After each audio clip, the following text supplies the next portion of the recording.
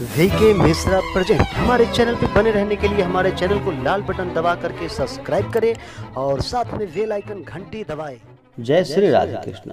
आप सभी का हमारे YouTube चैनल पे बहुत बहुत स्वागत है। आइए आज सुनते हैं शनिवार शनिदेव की कथा। भगवान शनिदेव दंडनायक और कर्म फलदाता माने जाते हैं। यह सभी को कर्मों के हिसाब से उन्हें फल प्रदान करते हैं। जो अच्छे कर्म करते हैं शनिदेव उन्हें अच्छे फल ही प्रदान करते हैं, और जो बुरे कर्म करते हैं भगवान शनिदेव दंडनायक के रूप में आकर उन्हें दंड प्रदान करते हैं। जो भी जातक सच्ची श्रद्धा के साथ शनिदेव का व्रत करते हैं या कथा श्रवण करते हैं, भगवान शनिदेव की कृपा से उन्हें सभी प्रकार के सुख और समृद्धि की प्राप्ति होती है। तो आइए सुनते हैं शनिवार के दिन शनिदेव की कथा। तो बोलिए प्रेम से शनिदेव महाराज की जय। बहुत समय पहले की बात है कि एक समय सभी नवग्रहों सूर्य, चंद्र, मंगल, बुध, बृहस्पति, शुक्र, शनि, राहु और केतु में विवाद छिड़ गया कि इनमें से सबसे बड़ा कौन है। सभी आपस में लड़ने लगे और कोई निर्णय ना होने पर देवराज इंद्र के पास निर्णय कराने के लिए सभी पहुंच गए, और इंद्रदेव इससे घबरा गए और इस निर्णय को देने में अपनी असमर्थता जताई। परंतु उन्होंने कहा कि इस समय पृथ्वी पर राजा विक्रमादित्य हैं, जो कि अति न्यायप्रिय हैं। वे ही इसका निर्णय कर सकते हैं। सभी ग्रह एक साथ राजा विक्रमादित्य के पास पहुंचे और अपना विवाद उनसे बताया। साथ ही निर्णय लेने के लिए कहा। राजा इस समस्या से अति चिंतित हो उठे, क्योंकि वे जानते थे कि जिस किसी को भी छोटा बताया जाए वही कुपित हो उठेगा। तब राजा को एक उपाय सूझा। उन्होंने स्वर्ण, रजत, कांस्य, पीतल, सीसा, रांगा, जस्ता, अभ्रक और लौह से 9 सिंहासन बनवाए और उन्हें इसी क्रम में रख दिए। फिर उन सबसे निवेदन किया कि आप सभी अपने अपने सिंहासन पर स्थान ग्रहण करें। जो अंतिम सिंहासन पर बैठेगा वही सबसे छोटा कहलाएगा।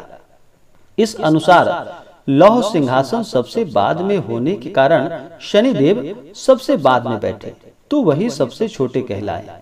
उन्होंने सोचा कि राजा ने यह जानबूझकर किया है। उन्होंने कुपित होकर राजा विक्रमादित्य से कहा कि हे राजन, तू मुझे नहीं जानता। सूर्य एक राशि में 1 महीने, चंद्रमा 2.25 महीने 2 दिन और मंगल 1.5 महीने, बृहस्पति 13 महीने व बुध और शुक्र 1 महीने विचरण करते हैं। परंतु मैं 2.5 से 7 साल तक रहता हूँ। मैंने बड़ों बड़ों का विनाश किया है। श्री राम भगवान की सरसाती आने पर उन्हें वनवास हो गया। रावण की आने पर उसकी लंका को बंदरों की सेना से परास्त होना पड़ा। अब तुम सावधान रहना। ऐसा कहकर कुपित होते हुए शनिदेव वहां से चले गए। अन्य देवता खुशी खुशी चले गए। कुछ समय पश्चात राजा विक्रमादित्य की सरसाती आई। तब शनिदेव घोड़ों के सौदागर बनकर वहां आए।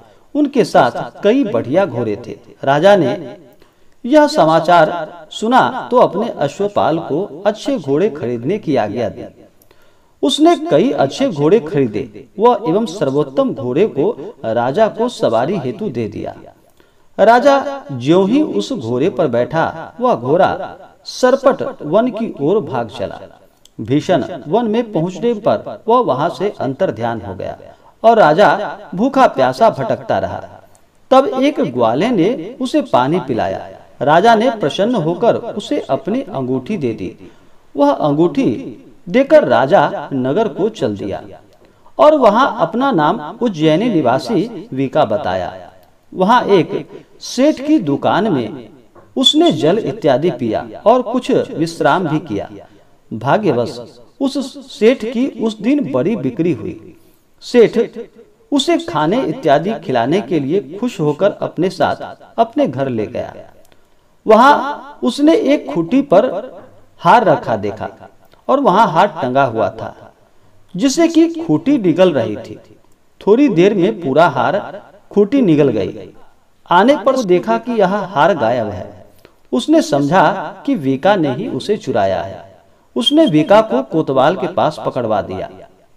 फिर राजा ने उसे चोर समझकर हाथ पैर कटवा दिए। वह चौरंगिया बन गया और नगर के बाहर फेंकवा दिया गया।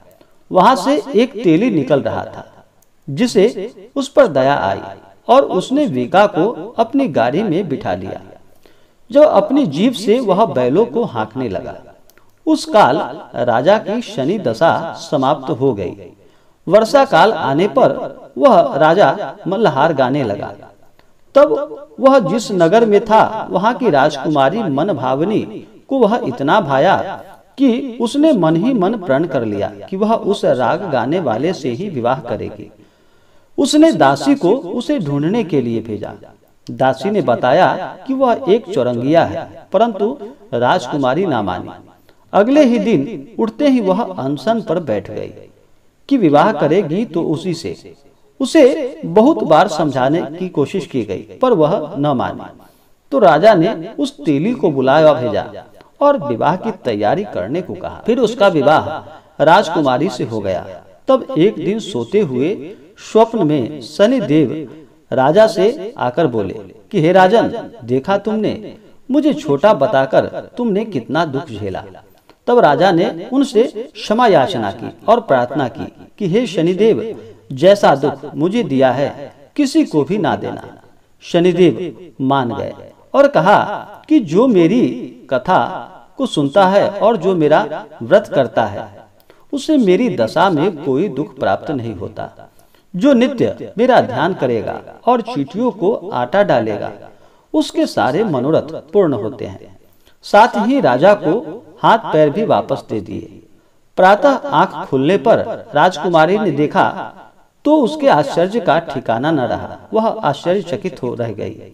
वीका ने उसे बताया कि वह उज्जैन का राजा विक्रमादित्य है। सभी अत्यंत प्रसन्न हुए।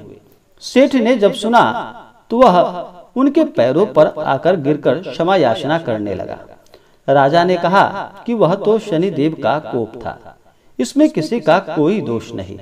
सेठ ने फिर भी निवेदन किया कि मुझे शांति तभी मिलेगी जब आप मेरे घर चलकर भोजन ग्रहण करेंगे। सेठ ने अपने घर नाना प्रकार के व्यंजनों से राजा का सत्कार किया। साथ ही सबने देखा कि जो खूंटी हार निगल गई थी, वही अब उसे उगल भी रही थी। सेठ ने अनेकों मोहरे देकर राजा का धन्यवाद किया और अपनी कन्या श्री कंवरी से पानी ग्रहण करने का निवेदन किया। राजा ने इसे सहर्ष स्वीकार कर लिया। कुछ समय पश्चात राजा अपनी दोनों रानियों को लेकर मन भावनी और श्री कंवरी सहित सभी उपहार सहित लेकर उज्जैन नगरी को चले गए।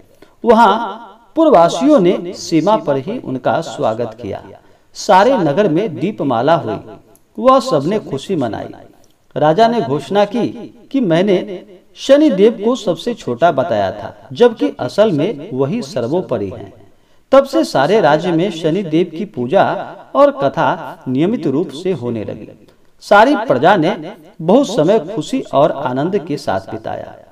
जो कोई भी शनिदेव की कथा को सुनता है या पढ़ता है या व्रत करता है, उसके सारे दुख और दरिद्र दूर हो जाते। तो बोलिए प्रेम से शनिदेव महाराज की जय। भगवान शनिदेव को प्रसन्न करने के लिए शनिवार के दिन पीपल के वृक्ष में गुड़ तथा तिल मिश्रित जल डालना चाहिए। इससे शनिदेव अति प्रसन्न होते हैं। पीपल के वृक्ष में सभी देवी देवताओं का वास माना गया है। इससे सभी देवी देवता भी प्रसन्न होते हैं। विशेष करके शनिदेव इससे अति प्रसन्न होते हैं। शनि की 7.5 चल रही हो या ढैया चल रहा हो, अगर ज्यादा परेशानी हो तो शनिवार के दिन शनिदेव के मंदिर में जाकर के शनिदेव के ऊपर सरसों का तेल चढ़ाएं और अलग से सरसों के तेल में अपना मुख देख करके उस सरसों के तेल का दान करें। इससे शनिदेव प्रसन्न होते हैं और फिर कुंडली में शनि बलवान होते हैं। इससे जातक को परेशानी नहीं झेलनी पड़ती। तो शनिवार के दिन शनिदेव का पूजन करें। पीपल के वृक्ष में गुड़ तथा तिल मिश्रित जल डाले तो यह बहुत ही लाभकारी होता है। तो आशा करता हूँ कि यह जानकारी आपको अच्छा लगा हो। ऐसे ही ज्ञानवर्धक जानकारियाँ प्राप्त करने के लिए हमारे इस चैनल को लाल बटन दबा करके सब्सक्राइब करें, साथ में बेल आइकन घंटी दबाएं ताकि मेरे वीडियो का नोटिफिकेशन आपके पास सबसे पहले पहुंचे। वीडियो को लाइक और अपने मित्रों तथा दोस्तों के साथ शेयर करें। सुखी रहें और स्वस्थ रहें। जय श्री राधे कृष्ण।